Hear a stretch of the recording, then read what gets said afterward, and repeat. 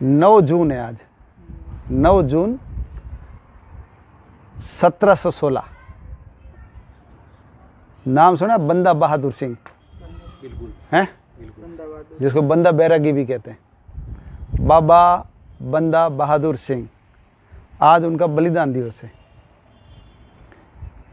तो वैसे तो भारत में देखो बलिदानों की परंपरा है जबरदस्त, और इतने बलिदान हुए उसके कारण ही अपन आज लोग जिंदे हैं। लेकिन कुछ लोगों का तो बलिदान ऐसा था, उनका काम ऐसा था, हालांकि जीवन छोटा रहा लेकिन जबरदस्त काम किया।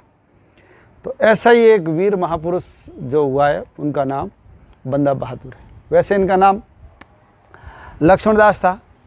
इनके हाथ से एक बार हिरनी मर गई, तीर चलाया, हिरनी के लगा, हिरनी गर्भवती थी, बच्चे आगे बाहर तड़प रहे थे। तो इनके मन में वैराग जग गया कि अरे यार मेरे हाथ से ये क्या काम हो गया। तो ऐसा करके उन्होंने संन्यास ले लिया, और संन्यास लेकर के वो माधवदास बन गए। भारत में मुगलों का शासन था, गुरु गोविंद सिंह जी लड़ाई लड़ ही रहे थे, उनके चारों पुत्र बलिदान हो गए थे। 2 तो युद्ध में बलिदान हुए और 2 दीवारों में चुन दिया उनको। तो उनको वैसे ज़रूरत भी थी कि ऐसा व्यक्ति चाहिए जो मेरी लड़ाई को आगे बढ़ाए। तो उनको इस माधवदास का पता लगा कि भाई जो ऐसा भावनात्मक व्यक्ति है, जो एक हिरणी के मरने के कारण संन्यास लेकर साधु बन सकता है, तो इसको यदि कोई बात जचाई जाए तो ये आगे चल कर के जो काम मैं कर रहा हूँ वो ये काम कर सकता है। तो गुरु गोविंद सिंह जी उनके पास गए, और जिस समय गए तो ये कुटिया में थे नहीं, वहाँ बकरी का बच्चा बंधा हुआ था। तो गुरु गोविंद सिंह जी ने उसकी गर्दन काट करके सारे आश्रम के अंदर खून छिड़क दिया। अब ये जैसे ही माधवदास आया तो भड़क गया, अरे मेरे पूरे आश्रम को भ्रष्ट कर दिया, खून ही खून कर दिया। तो गुरु गोविंद सिंह जी ने कहा कि पूरे भारत वर्ष के अंदर खून ही खून छिड़का जा रहा है, गायों का वध हो रहा है ना, ब्राह्मणों को मारा जा रहा है, चोटियाँ काटी जा रही है, धर्मांतरण हो रहा है, मंदिरों को तोड़ तोड़ करके वहाँ पर मस्जिदें बनाई जा रही है। एक कोला प्रथा है, कोला प्रथा यानी किसी भी हिंदू महिला की यदि शादी होगी, विवाह होगा, तो उसको क्या करना पड़ेगा, पहले मुसलमान के पास एक रात रहना पड़ेगा, बाद में वो अपने पति के साथ रहेगी। और जब गुरु गोविंद सिंह जी ने कहा कि भारतवर्ष में इतना पापाचार है और तू यहाँ बैठ करके खुद के कल्याण के लिए, मोक्ष के लिए तू भगवान का नाम ले रहा है, जबकि भगवान राम ने जो काम किया था, 14 साल वन में घूमे रहा और दुष्ट राक्षसों को मारा, दुष्टों को मारा, और भगवान श्री कृष्ण ने यही किया। तो उन्होंने माला नहीं फेरी, साधना नहीं की, कुटिया नहीं बनाई।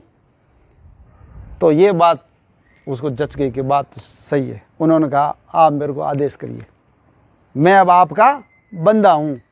तो गुरु गोविंद सिंह जी ने उनका नाम रख दिया बंदा सिंह, और बहादुर उनको उपाधि दी थी, बंदा सिंह बहादुर। और वो फिर उन्होंने जो कुटिया बना रखी थी ना, नांदेड़ में बना रखी थी। नांदेड़ कहाँ पता है? महाराष्ट्र, वहाँ।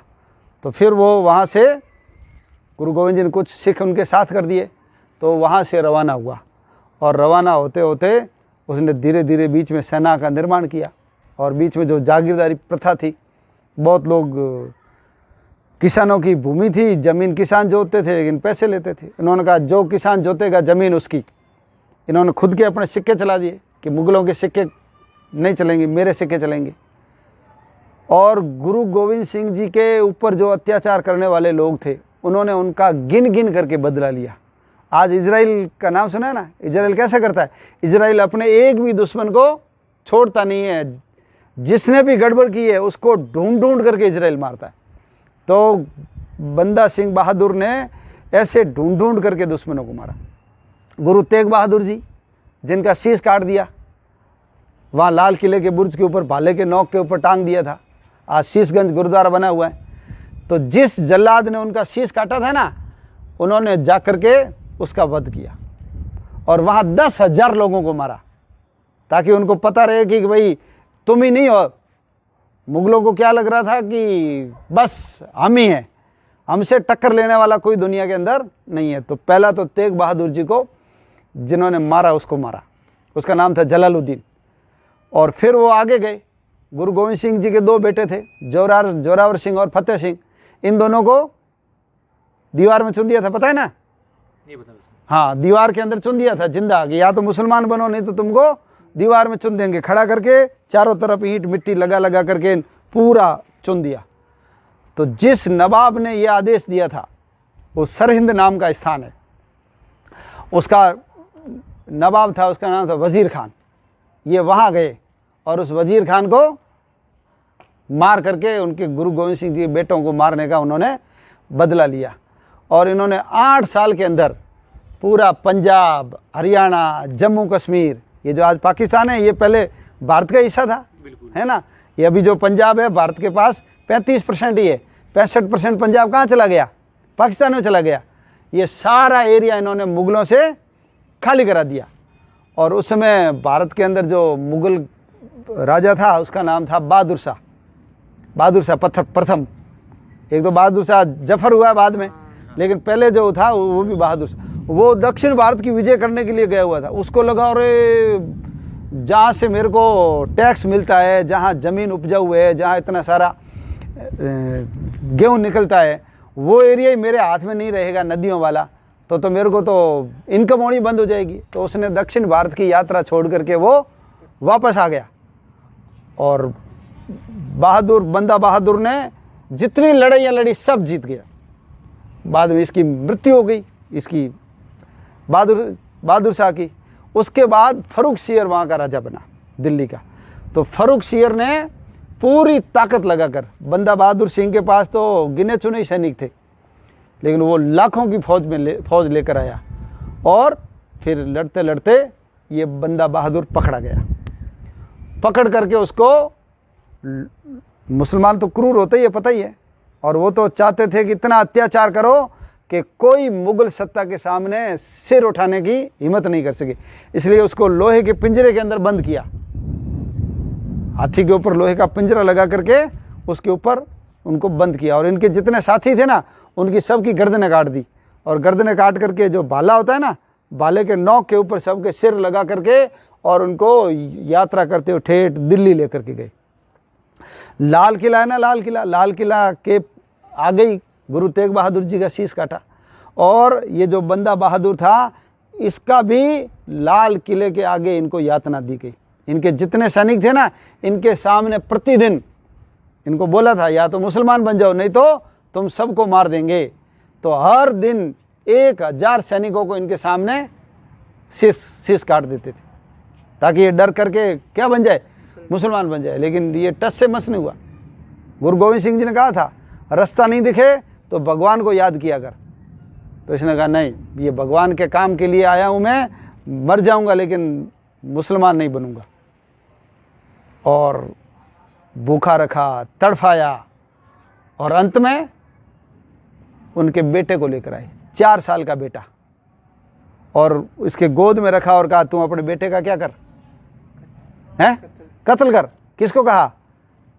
बंदा बहादुर सिंह को। इसने कहा, बच्चों को मारना और महिलाओं की हत्या करना, ये सब किसका काम है? इस्लाम का काम है, हम ऐसा काम नहीं करते।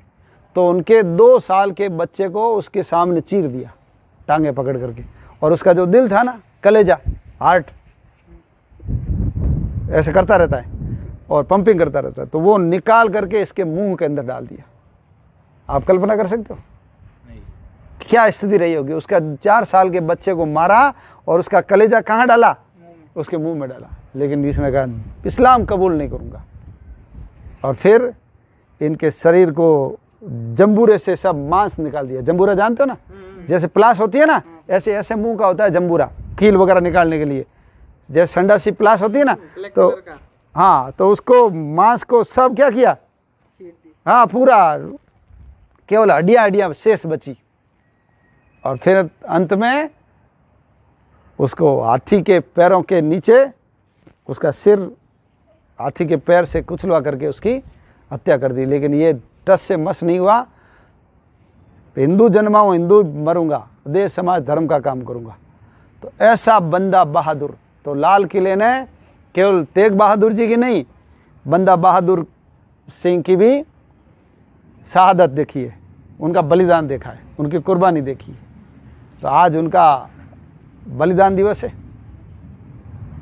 9 जून है ना, 9 जून 1716 में, और मात्र 46 साल की उम्र के अंदर ये बलिदान हो गया। इनके 38 साल तो साधना में लगे, बचपन साधना, और बाद में जो 8 साल थे वो सब किस में लगे। 8 साल के अंदर उसने पूरे जो उत्तर भारत था वहाँ से मुग़ल सत्ता समाप्त कर दी पूरी। दिल्ली के आजू बाजू सारा क्षेत्र उसने जीत लिया, और अंत में धर्म के लिए वो कुर्बान हो गया। इसलिए अपनों को भी उनसे प्रेरणा लेकर देश समाज धर्म का उनकी तरह काम करना चाहिए। व्यक्तिगत मोक्ष के लिए नहीं, पूजा पाठ के लिए नहीं, किसके लिए, धर्म के काम के लिए। तो उन्होंने माला, पूजा पाठ, साधना सब बंद करके महिलाएं, है ना, बच्चे, उनकी रक्षा के लिए, मंदिरों की रक्षा के लिए, गाय ब्राह्मण, है ना, धर्म, देश, संस्कृति, राष्ट्र, उसकी रक्षा के लिए उन्होंने प्राण त्यागे। तो अपन लोगों को भी ऐसे महापुरुष से प्रेरणा लेकर के देश समाज धर्म का काम करना चाहिए, कर भी रहे हैं वैसे भी।